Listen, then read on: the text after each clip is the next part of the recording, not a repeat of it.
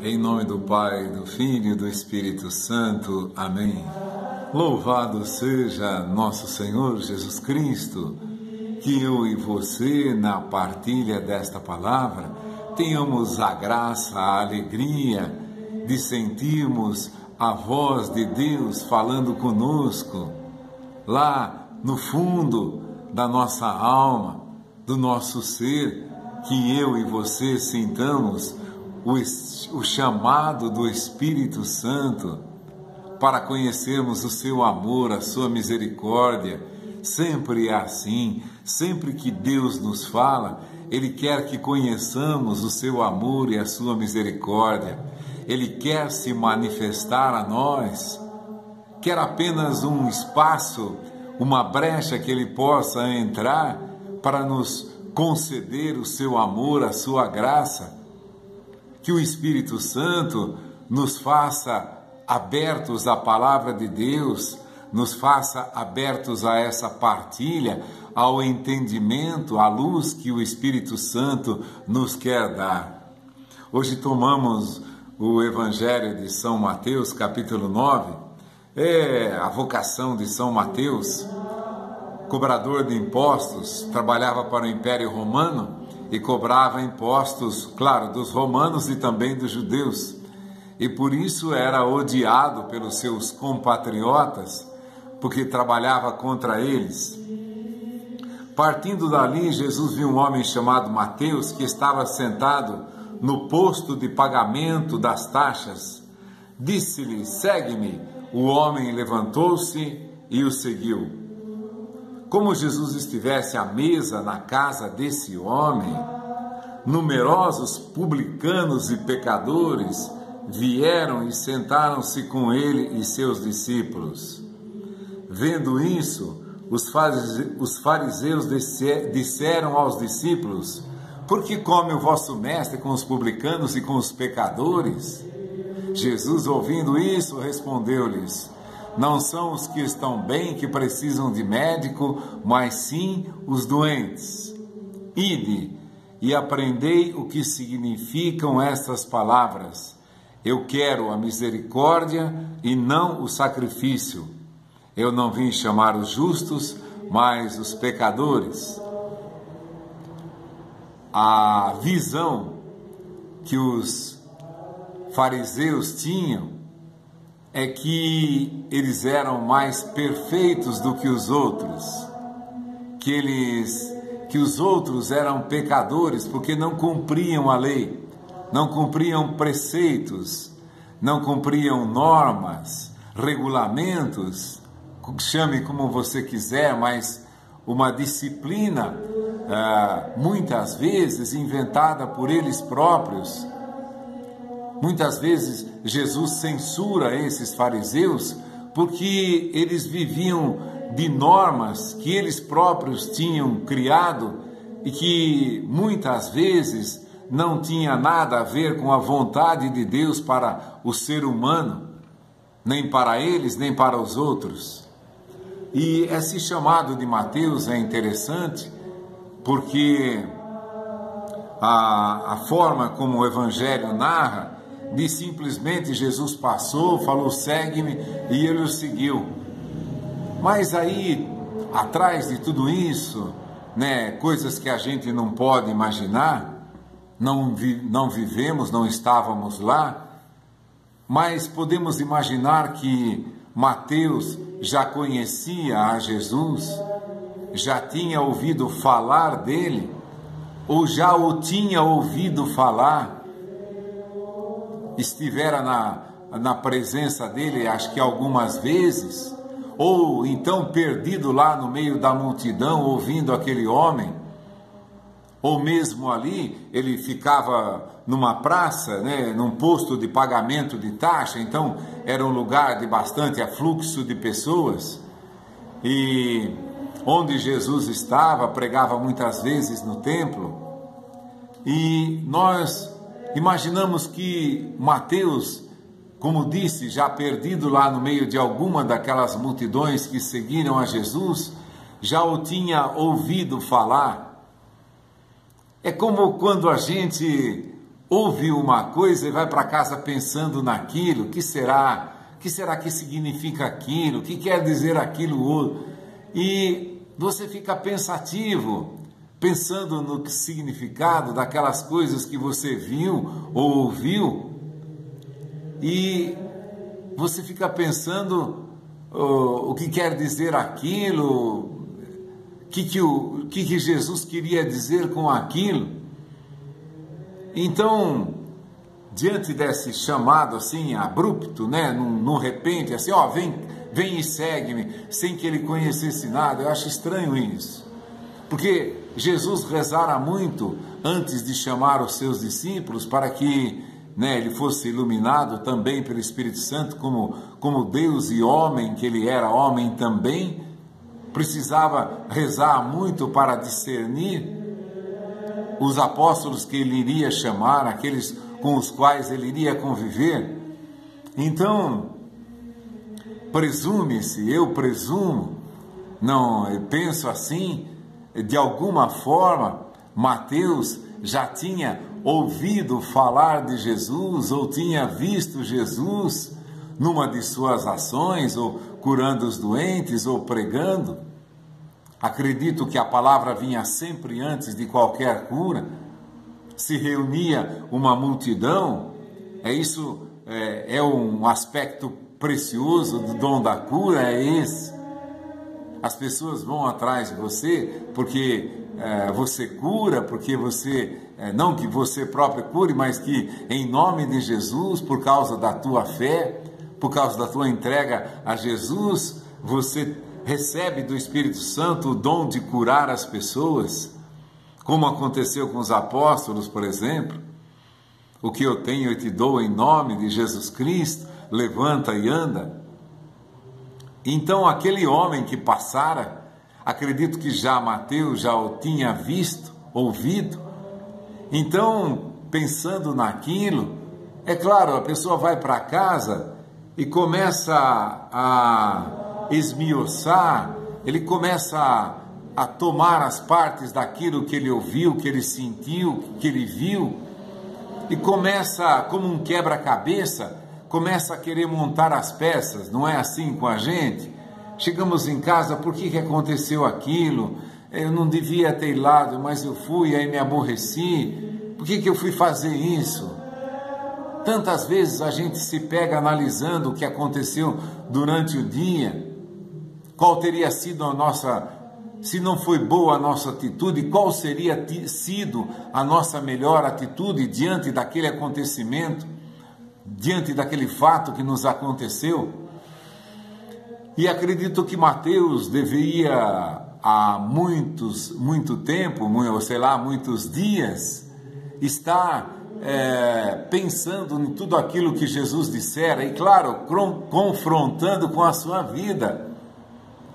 Porque a pessoa que confronta a sua vida, veja, medita naquilo que é, naquilo que faz, e ele vai dizer expressamente aqui que também ele era um propineiro, né? Ou seja, ele era o próprio benfeitor da propina, cobrava imposto mais do que devia, e o que cobrava mais ficava com ele, era ladrão. E assim, semelhante ao caso de Mateus, vocês viram, semelhante ao caso de Zaqueu, por exemplo, Mateus muito semelhante com Zaqueu, que ouvira falar de Jesus, viu aquela multidão, por causa da sua baixa estatura, subiu numa árvore. Veja, um homem de posição subindo numa árvore, se humilhando para subir numa árvore, para ver o que tinha aquele homem que passava, que tinha tantos seguidores, que as multidões acorriam desesperadas atrás dele, muitas vezes. E muito semelhante ao de Zaqueu. Agora, da mesma forma como Zaqueu, essa vontade de ver a Jesus, porque chega um momento na vida daqueles que roubam, que ou mesmo que seja lá nos últimos anos, últimos dias da sua vida, ou na velhice, ou na incapacidade, vai chegar um dia e vai pensar: de que valeu tudo que eu roubei? Aonde eu estou agora? Ó minha situação! Roubei de tanta gente, defraudei tanta gente, prejudiquei tanta gente, extorqui de tantas pessoas, e olha onde eu cheguei. Aí a pessoa começa a pensar que aquilo me teria valido. Se aquilo me tivesse valido hoje, ainda eu não meditaria, eu não pensaria no que aquilo significa ou não, se aquilo foi importante ou não. Mas quando uma pessoa se vê no fim de sua vida, não digo que Mateus estivesse no final de sua vida, mas é uma graça quando o Espírito Santo dá aos mais novos a graça da velhice.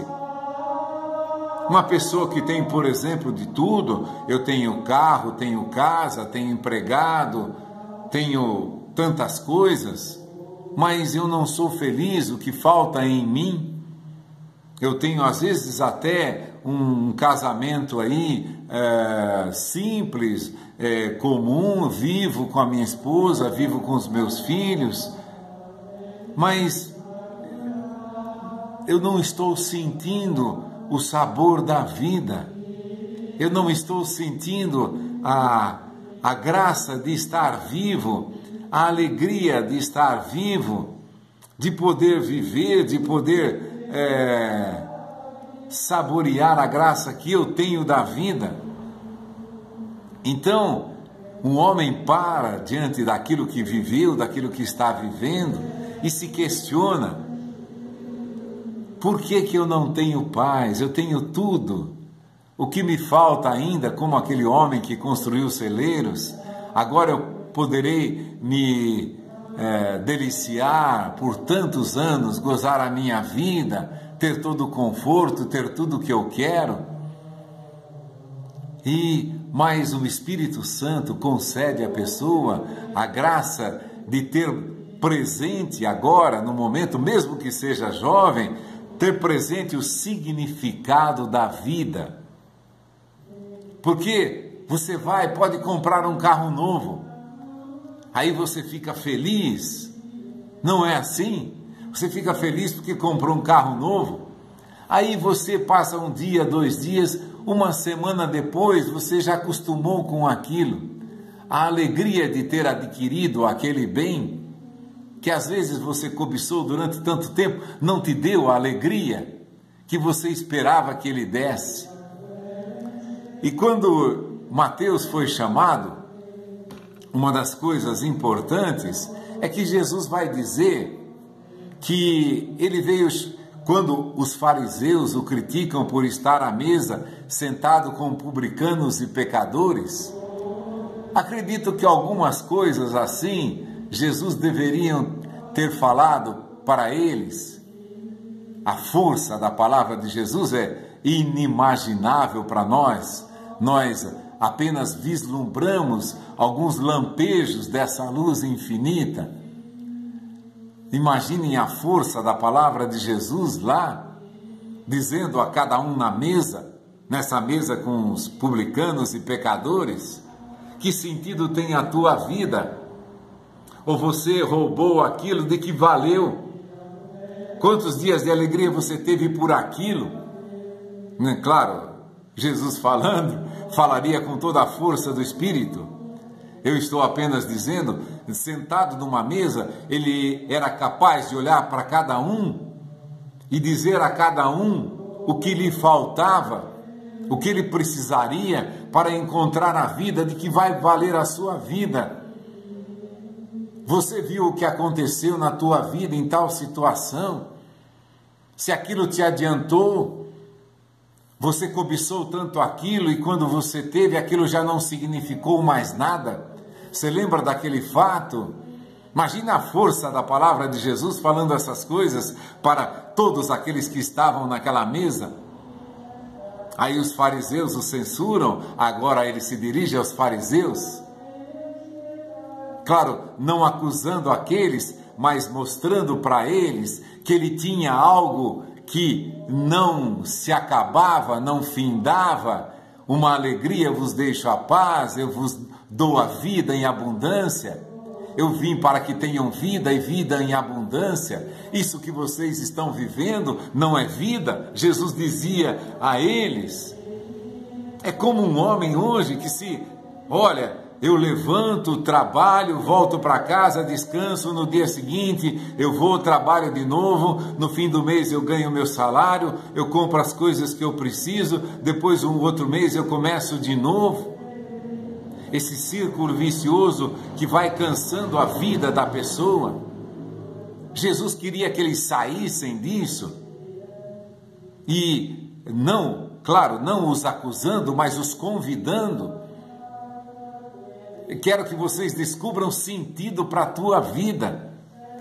É como diz, levantar, trabalhar, comer, beber e dormir, levantar, trabalhar. Você entra num círculo vicioso. Lutando para conseguir as coisas, e quando você vê, chegou ao final de todas as coisas, chegaram ao final todas as coisas. Jesus vai dizer para eles, isso dizia aos fariseus, porque são os que estão doentes, que precisam de médico.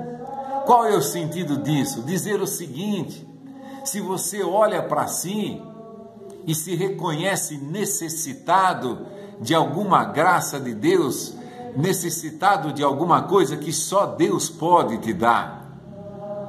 Só Ele pode te dar. Mesmo que você tenha saúde, mesmo que você tenha um bom emprego, chega um momento da tua vida que você vê que aquilo não te basta, aquilo não te sacia.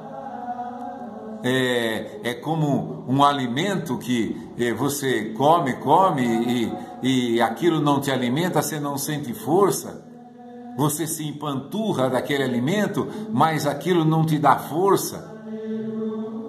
Então Jesus, agora, convidando aos fariseus a olharem para dentro de si, ele não diz lá naquela passagem da mulher apanhada em adultério, quem estiver sem pecado, atire a primeira pedra.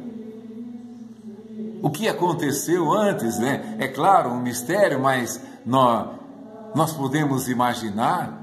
Nem os fariseus que condenavam a todos não foram capazes de atirar a pedra. Vejam aqui, eles condenam, porque que o seu mestre come com os pecadores? Mas ali era diferente.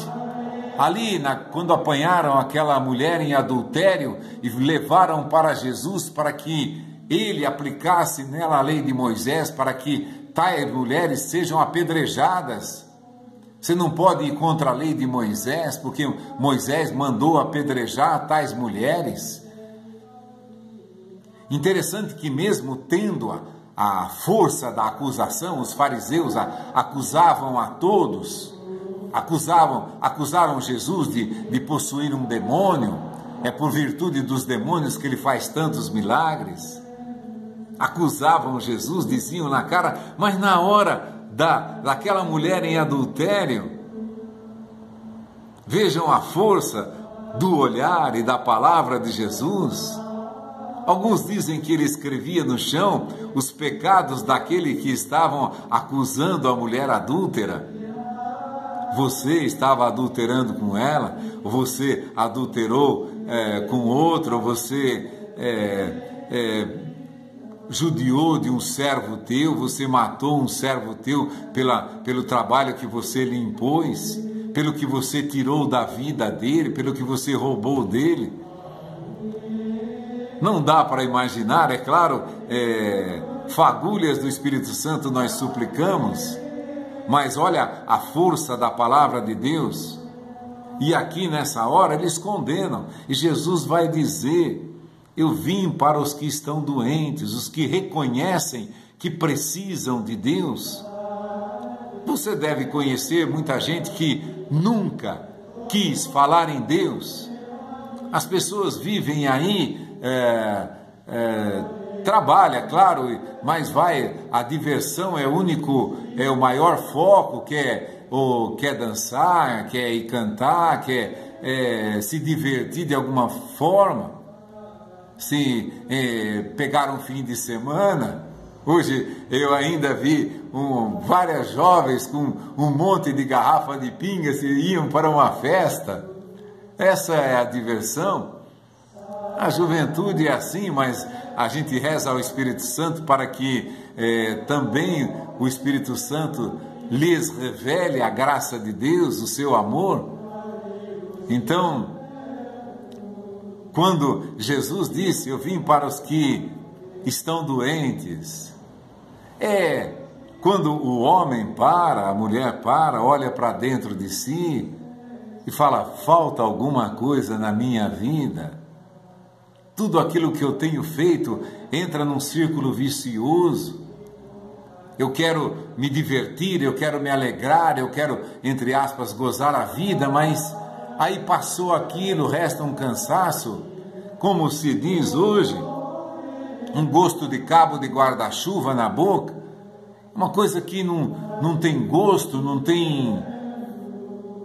tem sentido, não está me levando a lugar nenhum. Então, foi isso também o que Jesus quis dizer com um dia assim, eu vim para os que estão doentes. Então, quando a pessoa olha para si e vê que tudo aquilo que ela fez não resultou naquilo que ela esperava, tudo aquilo que ela buscou não deu a satisfação que ela esperava ter, então a pessoa se reconhece doente, tem alguma coisa errada em mim, comigo, nas coisas que eu faço. Então ele fala, eu vim para os que são os doentes que precisam de médico, e completa, eu quero a misericórdia e não o sacrifício, convidando todos os pecadores a se abrigarem nessa sombra da infinita misericórdia de Deus, essa sombra que acalenta o ser humano, que o faz descansar de todas as lutas da vida. No mundo tereis aflições, mas tende fé, eu venci o mundo. Tudo aquilo que nos envolve, que nos faz gastar a nossa vida, nós queremos, pelo dom, pela virtude do Espírito Santo, que Deus te ilumine para você descobrir aonde está a tua doença. É uma súplica que eu faço esse pedido todos os dias. Aonde está a minha doença? Porque eu quero ser curado. Assim como aquele que está profundamente doente quer ser curado. Mas também você ouve falar doenças, por exemplo, que não tem sintoma nenhum. E quando ela se manifesta, você já está condenado à morte. Alguns tipos de câncer, por exemplo, que quando se manifestam, não existe mais possibilidade de cura. Aqueles que não se reconhecem pecadores são assim.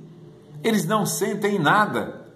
Durante, às vezes, toda uma vida, quando a doença se manifesta, eu digo, quando percebem que a sua vida chegou ao final e não lhes deu aquilo que eles esperavam, não digo a vida pela vida, mas assim, não encontraram o sentido primeiro, eterno da sua vida, eu lhes dou a vida eterna.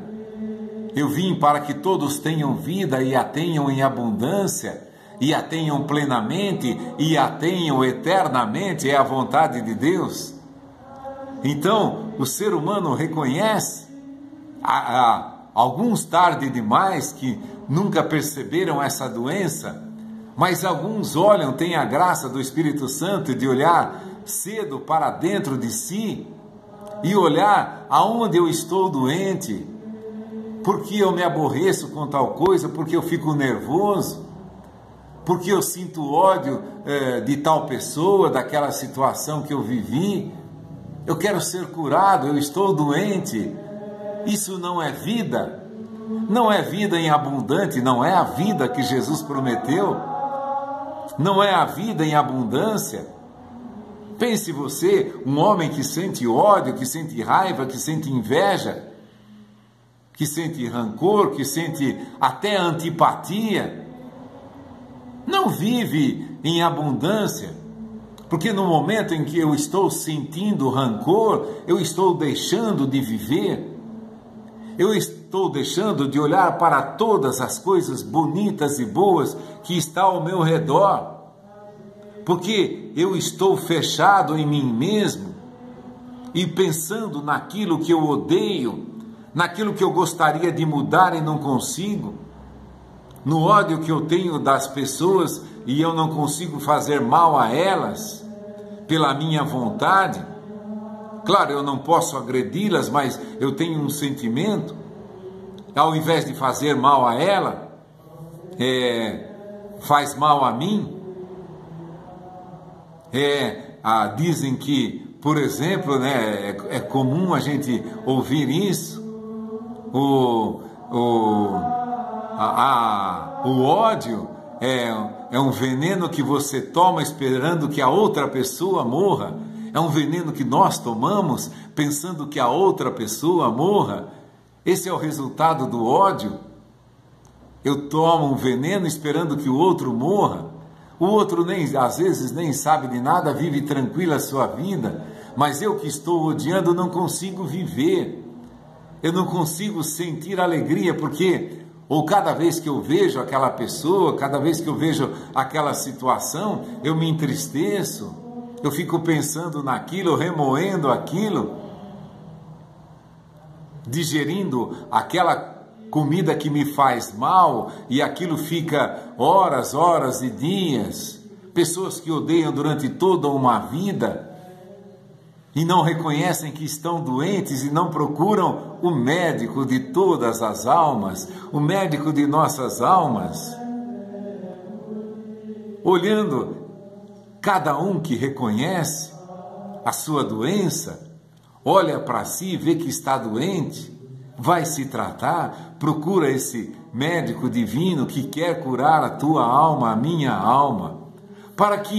Por quê? Para que você tenha uma vida abundante, para que você tenha paz nessa vida, para que você viva uma vida serena, para que você não tenha ódio de ninguém, não tenha inveja, que o Espírito Santo vai nos iluminando, a você, a mim, para que nós encontremos essa paz que Ele nos quer dar e a vida eterna que Ele nos quer dar, viver eternamente.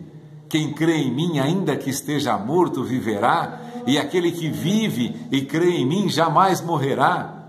Se nós vivermos essa palavra de Deus partilhada, jamais morreremos. E aqueles que estão mortos, se acreditarem, viverão. Mortos, eu digo, não reconheceram que já estão na fase terminal da sua doença espiritual, eu digo, assim como o câncer que você não percebe, e quando você percebe, já é tarde para tratar. Por isso existem tantos exames preventivos, porque quando o sintoma aparecer, você já está morto. Que Deus nos ilumine, Jesus nos ilumine, para que nós caminhamos em busca dessa paz, em busca desse médico que há de curar todas as nossas doenças, a tua, a minha, que você viva plenamente essa paz de Deus, que nós um dia possamos nos encontrar lá no céu, cantando a misericórdia, a paz que Jesus nos deu nessa vida, e eternamente cantar a graça que Ele nos deu de conhecermos a Sua palavra e de vivermos na Sua igreja. Deus nos abençoe a todos, em nome do Pai, do Filho e do Espírito Santo. Amém. Louvado seja nosso Senhor Jesus Cristo por todos os dias da tua vida, por todos os dias de todas as vidas que Jesus está chamando para o seu reino nesse momento. Louvado seja Deus.